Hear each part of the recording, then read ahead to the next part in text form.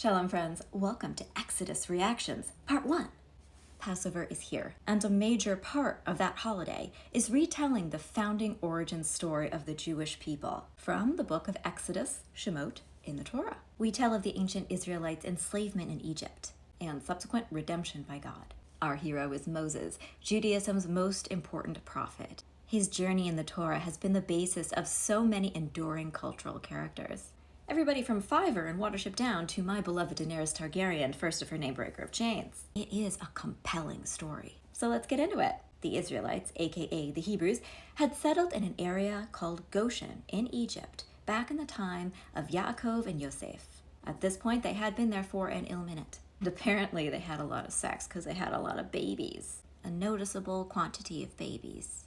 A new Egyptian ruler arose who didn't much like the growing Israelite demographic. He had a very Egypt first policy, and he was like, okay, there are way too many Israelites here. What if a war starts and they decide to join our enemies? We would be majorly outnumbered. We can't allow the Jews to replace us. So instead of trying to make the Israelite quality of life so high that they would never even consider siding with a hypothetical enemy, Pharaoh decided to do something else. He enslaved them. He appointed taskmasters over them, and all of them were the type of manager who's been fired from every single job they've previously held, because they're just in it for the power trip.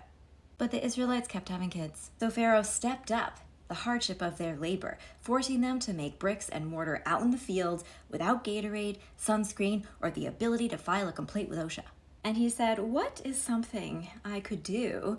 The tyrants do when they want to control people they don't like. I know, I'll take away their reproductive rights. He summoned two Israelite midwives, Shifra and Puah, and he told them to make the world's worst gender reveal party, by which I mean kill the baby boys as soon as they were born. Of course, the midwives did not cooperate. And Pharaoh said, did I not just tell you to do the murders? Why aren't you murdering? But the midwives were like, oh yes, so sorry about that. Turns out the Israelite women are so tough that they just pop out the babies before we even get there. We don't have a chance to kill them. And Pharaoh decides, fine, you know what? Everybody, not just these two. I'm giving you orders to yeet all the baby boys into the Nile.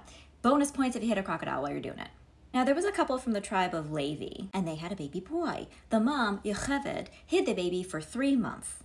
But after a while, nobody was going to believe that that was her emotional support mongoose she had wrapped up in her arms. So she waterproofed a wicker basket, put the baby in it, and put it in the Nile. Now, luckily for everybody, the boy had a very smart, intrepid, resourceful, and proactive sister named Miriam. She hid in the reeds with binoculars to find out what was going to happen to her baby brother. Stay tuned for part 2.